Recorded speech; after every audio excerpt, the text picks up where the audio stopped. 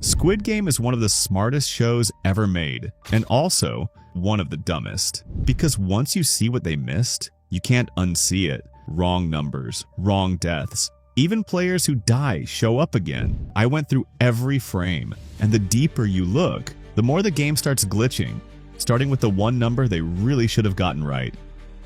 There's only supposed to be one player 69, but he isn't the only one.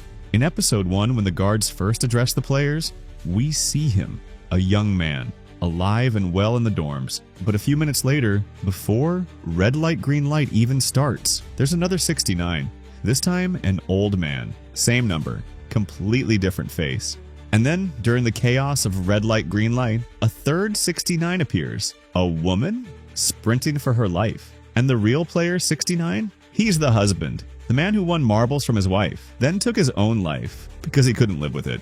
This mistake is embarrassing, but the next one, they somehow made it, with one of the main characters of the entire show.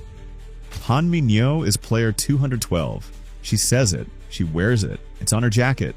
In every episode, but in episode 7, the VIP's screen shows her as 202.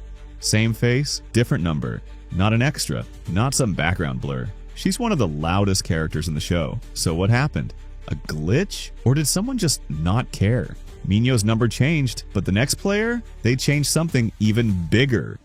You see player 447 as a woman, clearly, during the piggy bank scene in episode 1.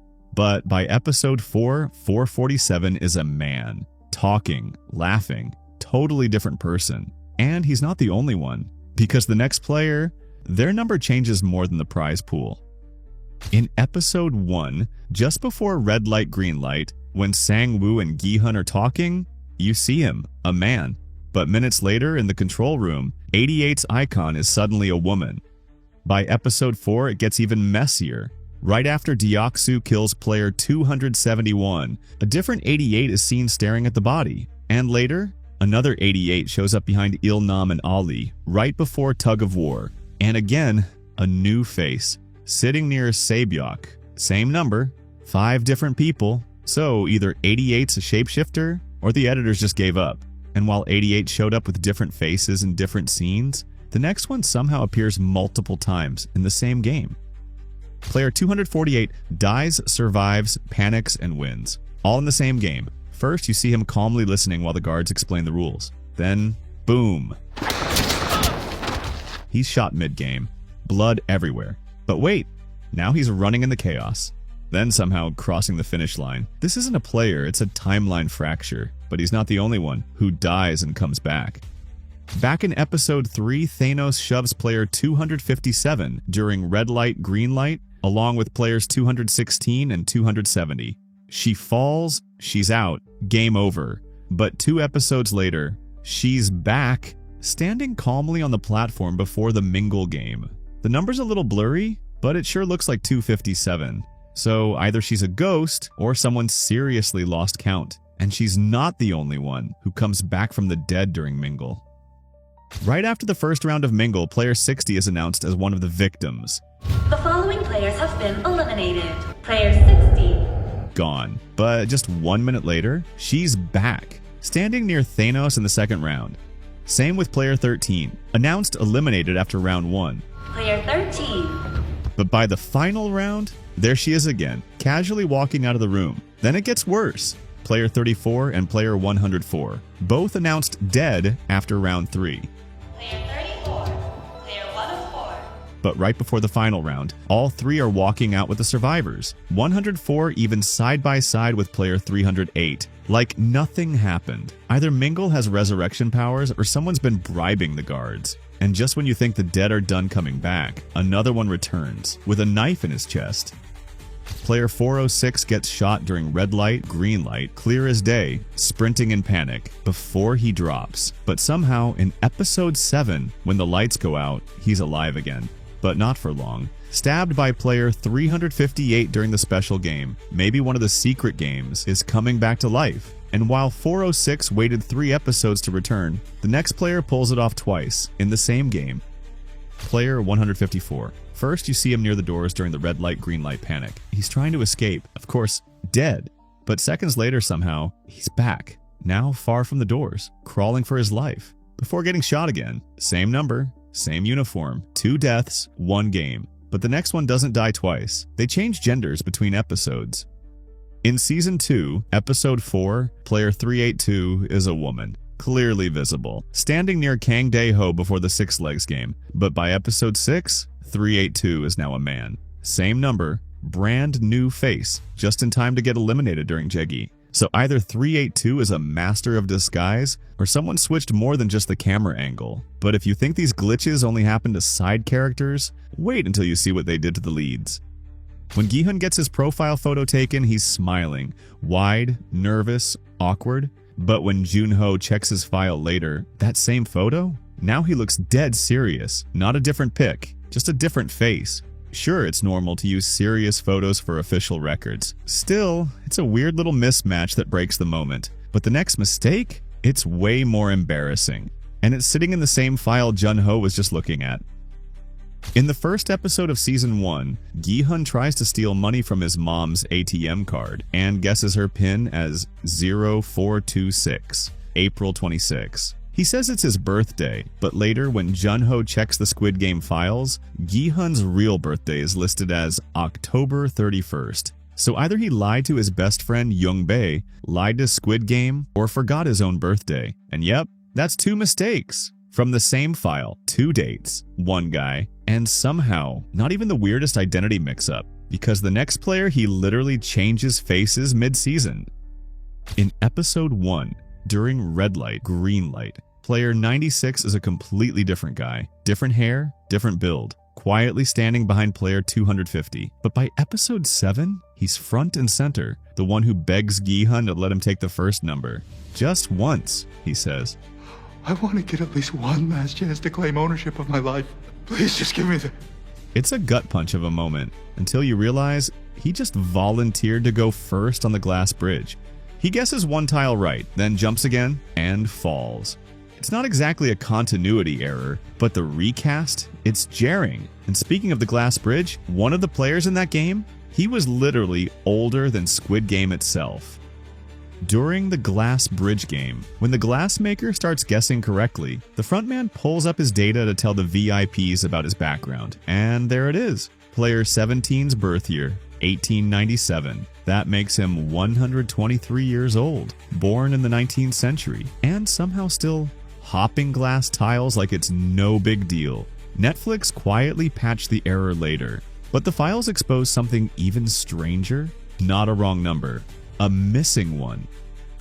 When Junho opens the 2020 player file, the first page doesn't start with player 001. It starts with player 002. No mention of 001, no photo, nothing. At first I thought it was a mistake, a missing file, a bad sort. But then I realized Il-nam was never supposed to be in the game because he made it, which means there weren't 456 players, only 455. And the most important player was never really a player at all. But as Junho keeps digging, there's one thing that really shouldn't have lasted this long. Junho's phone is a miracle of modern tech. No charging, no battery swaps, no breaks. And yet, it lasts for days. Recording videos, taking photos, flashlight on, all while he's infiltrating a remote island with 0 outlets. It's not a plot hole, but once you notice it, you can't unsee it. Just like what one player did right before the first game. Before the first game even starts, everyone's tense. Except one player in Season 2, Episode 3, while everyone's lined up signing documents, player 152 is in the back, flexing her jaw, mogging, like she's modeling for the VIPs. It's not a mistake, but it is hilarious once you spot it. The next one, though, that was a mistake. And somehow, it made the final cut. In Season 2, Episode 2, right after the recruiter shoots himself during Russian roulette, Gi-hun is talking to Choi Woo-seok, and if you look closely, the recruiter opens his eyes. Just a little, not super obvious. Unless you've got too much time on your hands, like me. And speaking of things that really shouldn't be in the frame, the next one wasn't even a part of the cast.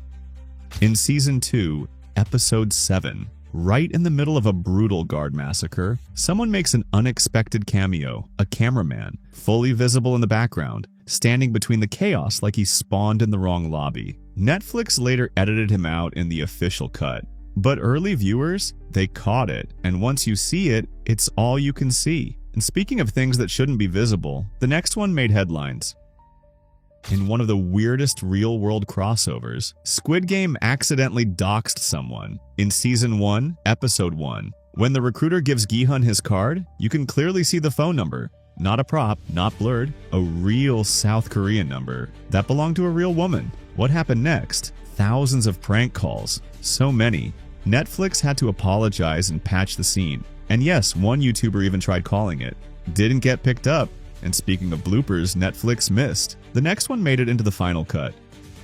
While running from loan sharks in Episode 1, Gi-hun crashes into Saebyok and knocks her drink to the ground. And what does he do? He picks it up and spends the next few seconds trying to put the straw back in, missing every time until it finally goes in. If you look closely, Ho-yeon, the actor who plays Saebyok, tries to hide her laugh, but it's still there. It wasn't scripted. Just one of those rare bloopers. That somehow made the scene better. But the next one? It broke my brain for a full day when I spotted it.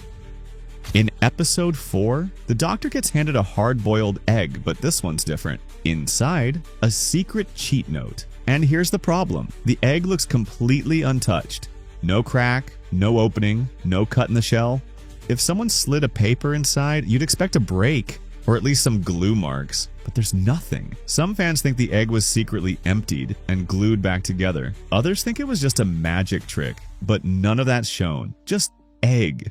Note. Move on. It's not the biggest plot hole, but it's one of those blink and you'll miss it moments that doesn't actually make sense. And the next one, it makes even less sense.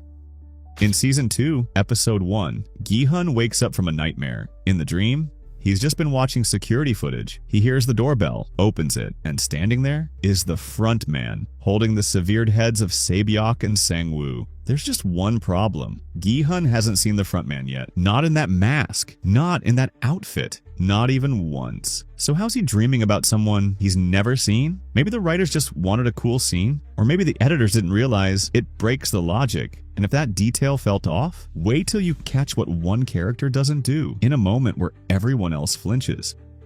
In Season 2, Episode 6, Jun-ho and his team are searching a remote island by boat, hoping it's where the Squid Game is happening. One of the men finds a hidden door. He opens it. Boom! A trap goes off. Everyone on the ship flinches in shock, except Captain Park. He just stands there, calm, still, like he expected it. It's quick, easy to miss, but fans caught it, and they think it's a sign. Captain Park didn't flinch because he already knew. Some believe he's working with the masked men, or maybe even for them. Yeah, it's a stretch. But the next moment, it's even harder to believe.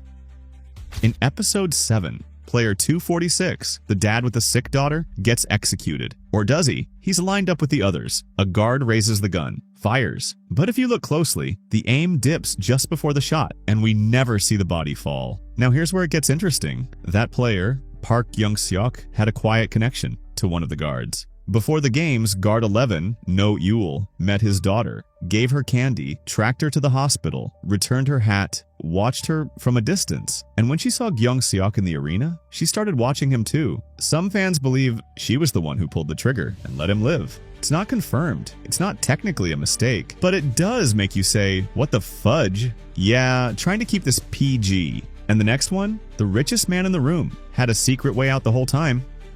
In Episode 4, Il-nam gets locked in at the wrists, just like everyone else during Tug of War. But after his team wins, the wrist locks are suddenly gone. No key, no help, no explanation. Some fans think he had a secret escape plan in place, like the game was never really a risk for him at all. And looking back, maybe it never was. And speaking of not being careful, this next moment, it breaks the entire logic of how the games were supposed to stay hidden.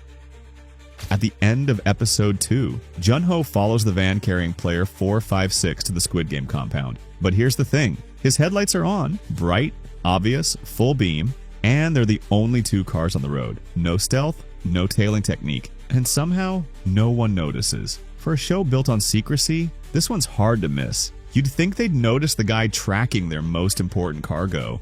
But if a detective can slip in with his headlights on, what happens if a main player never even joins? Because the real question is, what if Gi-hun never entered the game? How would the games change? Watch. What if Gi-hun was never in Squid Game to find out? Because the ending might sound absurd until it makes way too much sense.